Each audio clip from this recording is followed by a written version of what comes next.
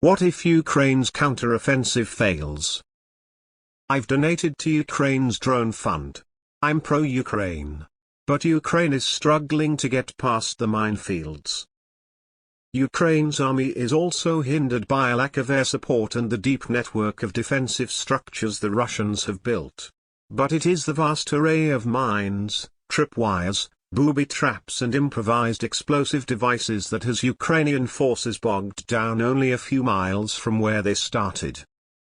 "I couldn't imagine something like this," said a Ukrainian private named Serhiy, part of a unit that rescued the soldiers wounded by the explosions. "I thought mines would be laying in lines. But whole fields are filled with them, everywhere." If this offensive fails, then what?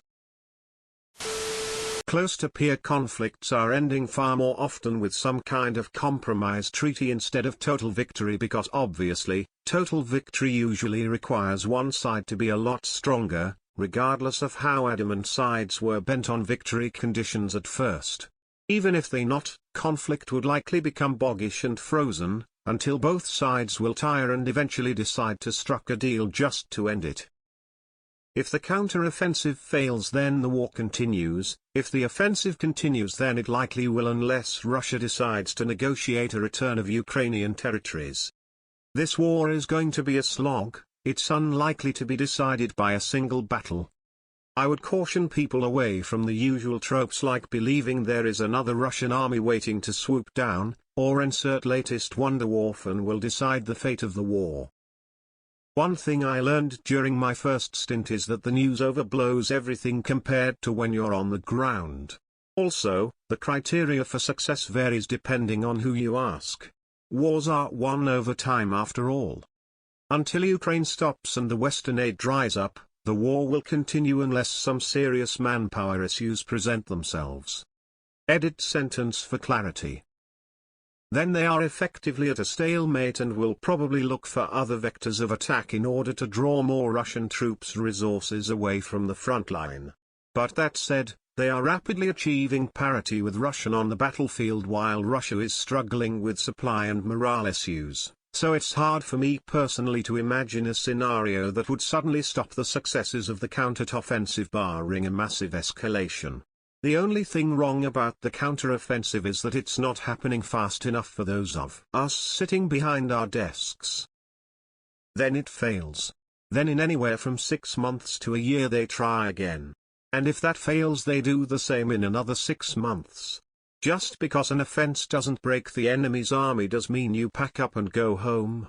If Ukraine keeps getting resupplied, they can again and again with stronger and better equipped units each time, while Russia will have to respond with older and less equipment each time. From my perspective, if Ukraine manages to keep Russian troops engaged in battle, then it can be considered a success.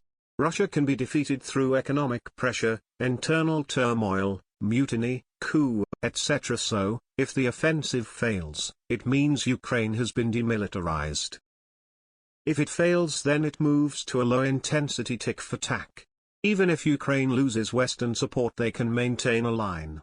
The chances of Russia mounting another offensive are low. They are a spent force.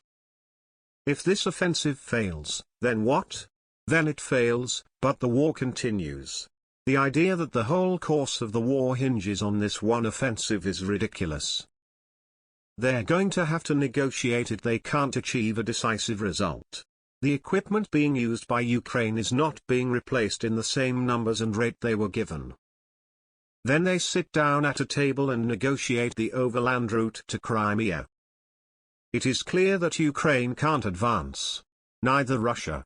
Both sides should freeze the conflict and accept a peace. More people would be saved this way.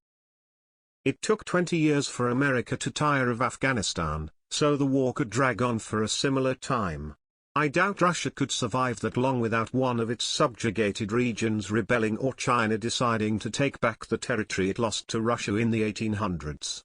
They've already renamed some of the cities, including Vladivostok. Probably not a direct invasion, but at least support a rebellion. If the US and its allies failed to liberate Afghanistan and run away with all of their power, what do you think about military power like Russia? If this one fails, we give them even more ammo and whatever else they need to drive out the orc invaders. There is no version of this where we can allow a fascist Russia to win. Ukraine has already lost this offensive. Russia is in the driver's seat and may decide now is the time to drive westward to the river, or they may decide to wait a while and see what NATO's next move is.